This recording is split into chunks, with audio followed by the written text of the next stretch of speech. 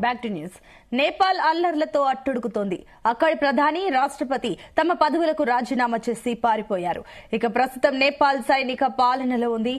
అయితే నేపాల్ తదుపరి ప్రధానిగా 35 ఏళ్ల బలెన్ షా బాధ్యతలు చేపడతారంటూ సోషల్ మీడియాలో ప్రచారం జరుగుతోంది. ప్రస్తుతం బలెన్ షా నేపాల్ రాజధాని కాఠ్మండు మేయర్ గా ఉన్నారు. ఒకవేళ ఆయనే గనక ప్రధానిగా బాధ్యతలు చేపడితే భారత్ కు మరో దెబ్బ అన్న ప్రచారం జరుగుతోంది. ఇందుకు ఆయన ఆఫీసులో ఉన్న నేపాల్ మ్యాప్ కారణమంటున్నారు. ఆ మ్యాప్ లో యూపీ, ఉత్తరాఖండ్ కు చెందిన ప్రాంతాలు కూడా ఉన్నాయి.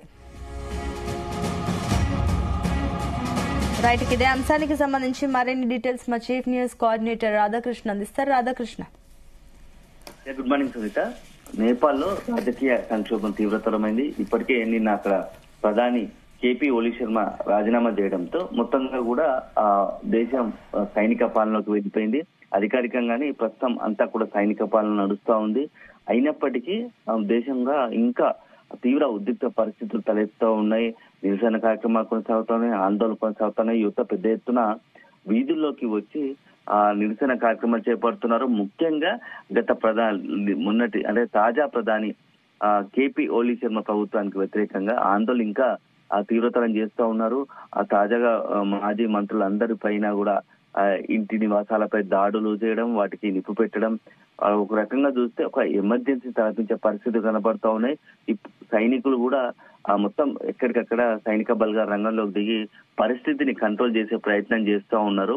3 రోజుల క్రితం నేపాల్ ప్రభుత్వం ప్రధాని కేపీ శర్మ ఓలీ తీసుకున్నటువంటి ఒక్క నిర్ణయము మొత్తం ఆ దేశ రాజకీయ వాతావరణాన్ని, ఆ దేశ పరిస్థితిని మార్చివేస్తుందని చెప్పవచ్చు.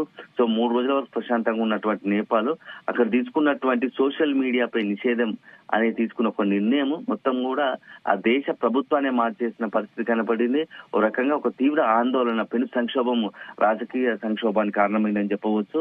సో అక్కడ ఒకవైపు అక్కడ ఉన్నటువంటి ప్రభుత్వం తీసుకున్న సోషల్ మీడియాపై తీసుకున్న నిషేధంతో వేలాది లక్షలాది మంది యువత దేశం మొత్తంగా కూడా ప్రధాన నగరమైన కాఠ్మండుతో పాటు అన్ని చోట్ల కూడా రోడ్ల మీదకి వచ్చి నిరసన తెలిపారు. ఒకవైపు పార్లమెంట్ పై దాడి చేస్తారనే పరిస్థితి, మరోవైపు ఎక్కడికక్కడ మంత్రుల అధికారిక నివాసాల ముట్టడి.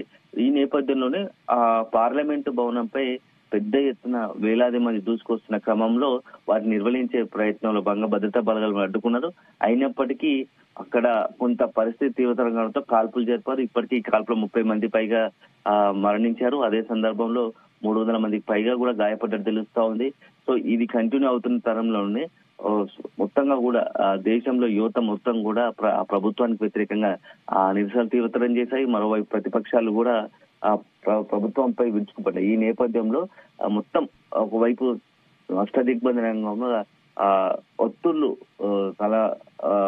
ఒత్తులకు తలొగ్గి ప్రధాని రాజీనామా చేయడం, అదే సందర్భంలో ఆయన అవినీతి పైన కూడా పెద్ద ఎత్తున చర్చకు దారి చేయడంతో తను ఎట్టకేలకు రాజీనామా చేయడంతో సైనిక పాలన. సో ఇప్పుడు ఒక అంకం ముగిసింది. ఎందుకంటే కేపీ ఓలీ శర్మ రిజైన్ చేయడంతో ఆ ప్రభుత్వం పోయింది. ఇప్పుడు నెక్స్ట్ ఎవరు వస్తారు, నెక్స్ట్ ఏ ప్రభుత్వం వస్తుంది అనే దానిపైనే ఇప్పుడు నేపాల్లో తెగ చర్చ జరుగుతూ ఉంది. ముఖ్యంగా సోషల్ మీడియాలో ఒక పేరు ప్రధానంగా వినపడతా ఉంది. అదే ఒక బాలెన్ షా, 35 ఏళ్ల యువకుడి పేరు ఇప్పుడు నేపాల్ భవిష్యత్తు రాజకీయ నాయకుడిగా, ఆ ప్రభుత్వాది నేతగా మారబోతున్నాడు అంటూ చెప్పేసి సోషల్ మీడియాలో పెద్ద ఎత్తున చర్చ జరుగుతూ ఉంది. ఎందుకు ఈ బాలెన్ షా పేరే ఎందుకు వినపడుతుంది అంటే, ఇతను బాలెన్ షా 35 years లోనే ఒక ఏ రాజకీయ పార్టీ అండా లేకుండానే రాజకీయ ఎంట్రీ ఇచ్చి కాఠ్మండు లాంటి ప్రధాన నగరమైనటువంటి ఆ కాఠ్మండుకు మేయర్ గా వ్యవహరిస్తున్నారు. సో అది కూడా 32 ఏళ్లలోనే మేయర్ గా అయ్యాడు. సో ఒక ఉన్నత విద్యాభ్యాసం, ఇంజనీరింగ్ చేసిన వ్యక్తి, అందులోనూ సామాజిక రాజకీయ అసమానతలకు సంబంధించి అన్ని రాజకీయ సామాజిక అంశాలపైన పూర్తి అవగాహన కలిగిన వ్యక్తి. చిన్న వయసులోనే అనేకమైనటువంటి అసమానతల పైన పోరాడిన వ్యక్తి. అదే సందర్భంలో అవినీతి, అసమానతలు, దేశంలో నెలకొన్న పరిస్థితులపై ఎప్పటికప్పుడు అక్కడ దేశంలో ఉన్నటువంటి యువతను, ఇతరత్ర అన్ని వర్గాలను తట్టి లేపి వాళ్ళు చైతన్యం నింపిన వ్యక్తిగా ఉన్నాడు.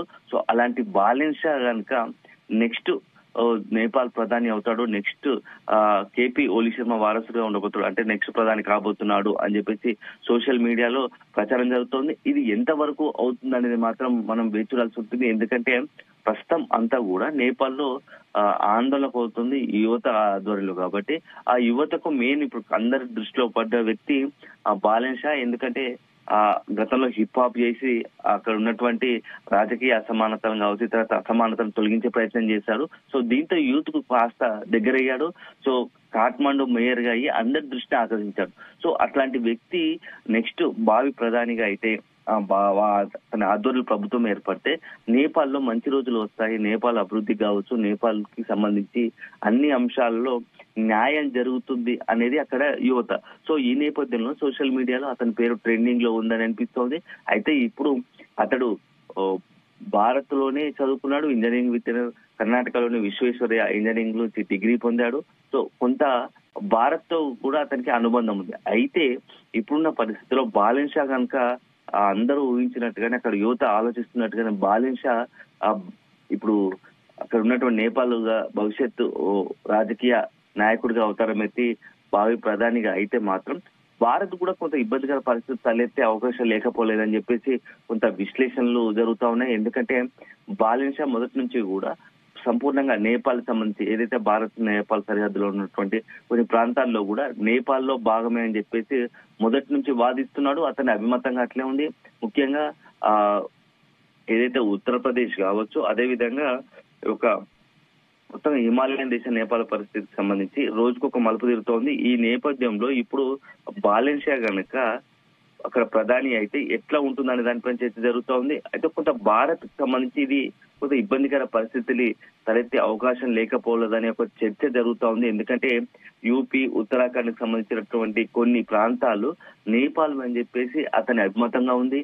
ఎందుకంటే అతని ఆఫీస్ లో కావచ్చు, అతని ఇంట్లో, అతను ముఖ్యంగా అతని సోషల్ మీడియాకి సంబంధించి అకౌంట్లలో కూడా నేపాల్ కి సంబంధించి మ్యాప్ లో ఈ ఉత్తరాఖండ్ అదే విధంగా యూపీకి సంబంధించినటువంటి కొన్ని ప్రాంతాలు నేపాల్ వే అని చెప్పేసి కూడా తన అంతర్భాగమే అని చెప్పేసి కూడా పెట్టుకున్నాడు మ్యాప్ లో. సో ఇవన్నీ చూస్తా ఉంటే అతను కనుక అయితే కొంత భారత్ తో సరిహద్దుకు సంబంధించి కొంత ఇబ్బందికర పరిస్థితి తలెత్తే అవకాశం లేదని ఉంటుందని తెలుస్తుంది. అదే సందర్భంలో ఇది ఒక రకంగా దీని వెనుక తెర వెనుక కుట్ర జరుగుతూ ఉంది. గతంలో మనం బంగ్లాదేశ్ చూసాము, ఇప్పుడు నేపాల్. భారత్ కు సరిహద్దుగా ఉన్నటువంటి ఈ దేశాలను టార్గెట్ చేసుకుని అక్కడ ఒక రాజకీయ సంక్షోభాన్ని సృష్టించి అక్కడ అనివార్యతను ఏర్పాటు చేసి అక్కడ ఏంటంటే భారత్ కు వ్యతిరేకంగా ఉన్న భారత్ అంటే గిట్టని వాళ్ళను అక్కడ ఉన్నటువంటి రాజకీయంగా ఉన్నత పదవిలో కూర్చోబెట్టి వారితో భారత్ ని ఇబ్బంది పెట్టే విధంగా ఎవరైనా కుట్రలు చేస్తున్నారా అని చెప్పేసి కూడా ఒక విశ్లేషణ ఉన్నాయి. ఎందుకంటే గతంలో చూసాం బంగ్లాదేశ్ లో కూడా షేక్ హసీనా భారత్ కు అత్యంత సన్నిహితంగా ఉండే ప్రధాని ఉండే. సో అప్పుడు ఉన్నప్పుడు భారతదేశానికి బంగ్లాదేశ్ కు అత్యంత సన్నిహిత సంబంధాలు ఉండేవి. సో వన్స్ అక్కడ అట్లాంటి పరిస్థితి ఏర్పడి ఒక రకంగా షేక్ హసీనాను అక్కడ ఉన్నటువంటి ఒక ఆందోళన లేపి ఆమెను రాజీనామా చేసే పరిస్థితికి వచ్చారు. అక్కడ ఇప్పుడు భారత్ కు బద్ధశత్రువు అయినటువంటి అతను మొత్తం అతని సారథ్యంలో బంగ్లాదేశ్ నడుస్తోంది. నిత్యం భారత్ పై రీసెంట్ గా జరిగినటువంటి భారత్ పాకిస్తాన్ సరిహద్దు మొన్న ఉద్రిక్త పరిస్థితి నేపథ్యంలో ఒక దశలో అక్కడ ఉన్నటువంటి బంగ్లాదేశ్ నాయకత్వం పాకిస్తాన్ కు మద్దతుగా నిలిచేందుకు కూడా ఒక రకంగా సిద్ధపడినట్టుగా తెలిసింది. సో అంటే ఇట్లా భారత్ కు కొయ్యగా మార్చేందుకే ఇట్లాంటి సరిహద్దు దేశాల్లో ఇలాంటి పరిస్థితులు లేవనెత్తుతున్నారా అని చెప్పేసి కూడా ఒక చర్చ జరుగుతుంది. ఇప్పుడు తాజాగా నేపాల్ లో కూడా అలాంటి పరిస్థితికి కారణం ఉందని కూడా ఇప్పుడు ఇప్పటికే దేశవ్యాప్తంగా ఒక రకమైన చర్చ జరుగుతోంది. సో మొత్తానికైతే ఈ బాలెన్ షా మాత్రం ప్రస్తుతం సోషల్ మీడియా ట్రెండింగ్ లో ఉంది. నిజంగానే బాలెన్ షా భారత్ కు సన్నిహితంగా ఉంటాడు. ఒకవేళ అయితే బాలెన్ షానే భావి సంబంధించి అక్కడ ఉన్నటువంటి నెక్స్ట్ దేశ ప్రధానిగా బాధ్యత చేపట్టబోతారా? అంత అవకాశం ఉంటుందా? మిగతా ఎవరు పోటీలో లేరా? ఒక బాలెన్ షా వస్తే భారత్ ఎలాంటి సంబంధాలు నెరవేరుస్తారు? నిజంగానే బాలెన్ షా నాయకత్వంలో నేపాల్ ఎలాంటి పరిస్థితులు ఏర్పడతాయి? ఇవన్నీ కూడా మనం వేచి చూడాల్సిన అంశం. ప్రస్తుతానికి మాత్రం సోషల్ మీడియాలో ఒక పేరు మాత్రం ట్రెండింగ్ లో ఉంది. ఇది అధికారికంగా కాదు. సో భవిష్యత్తులోనే ఏం జరగబోతోంది, నేపాల్లో ఎలాంటి పరిస్థితులు తలెత్తుతాయి? ఎందుకంటే ఇప్పటికీ తీవ్ర ఉద్రిక్త పరిస్థితుల్లోనే సైనిక పాలన ఉంది కాబట్టి నెక్స్ట్ అక్కడ పరిస్థితి మొత్తం సద్దుమనగాలి. ఆ తర్వాత నెక్స్ట్ కొత్త ప్రభుత్వం ఏర్పాటు చేయాల్సి ఉంటుంది. కాబట్టి ఇవన్నీ ప్రస్తుతానికి సోషల్ మీడియాలో అంతర్గతంగా జరుగుతున్న చర్చ తప్ప ఇప్పటి వరకు వాస్తవ రూపం దాల్చిన పరిస్థితి లేదనుకోవాలి. అయితే రాధాకృష్ణ, మీరు అన్నట్లు మొన్నటికి మొన్న బంగ్లాదేశ్, ఆ తర్వాత ఇప్పుడు పరిస్థితులు చూస్తే నేపాల్లో కూడా అదే రకం కనిపిస్తాయి. ఈ రెండు దేశాల్లో కనిపిస్తున్న పరిస్థితులు రాను రాను చికెన్ నెక్ పైన ప్రమాదం పడే అవకాశం ఉందనుకోవచ్చా?